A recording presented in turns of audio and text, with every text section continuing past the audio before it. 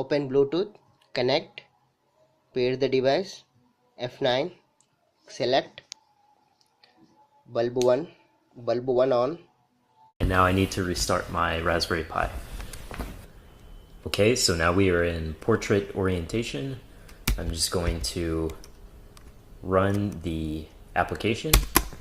Now I'll hit enter to make it full screen.